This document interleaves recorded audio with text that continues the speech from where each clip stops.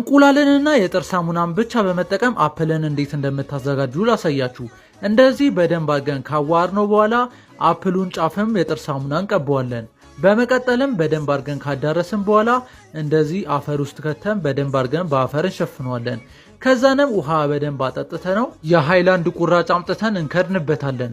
ከዛ ቀጥሎም ከ19 ቀን በኋላ ስንከፍተው እንደዚህ አቆጥቁጦ እናገኛለን ማለት ነው። በመቀጠልም ከስሩ እንደዚህ በደንብ አድርገን ውሃ እናፈስበትና ቀስ ብለን ከስሩ እንፈነቅለዋለን። ከዛንም አፈር አዘጋጅተን አፈሩን በደንብ አድርገን እንቆፍረዋለን። ቀጥሎም ሙዝ እናመጣና በምታዩት መልኩ ቆራርጠን አፈር ውስጥ እንጨምራለን። ቀጥሎም ቀደም ያዘጋጀነውን አፕል በምታዩት መልኩ አፈር ውስጥ እናደርግና አፈሩን በደንብ አድርገን እንመልስበታለን። ከዛንም አፈሩን በደንብ አድርገን ውሃ አጠጥተነው ከ62 ቀን በኋላ ብዙ አፕሎች አፍርቶ እናገኛለን ማለት ነው። እንደዚህ አይነት ቪዲዮ እንዲሰራላችሁ ኮሜንት ላይ ቁጥር ጻፉ። እንቁላልንና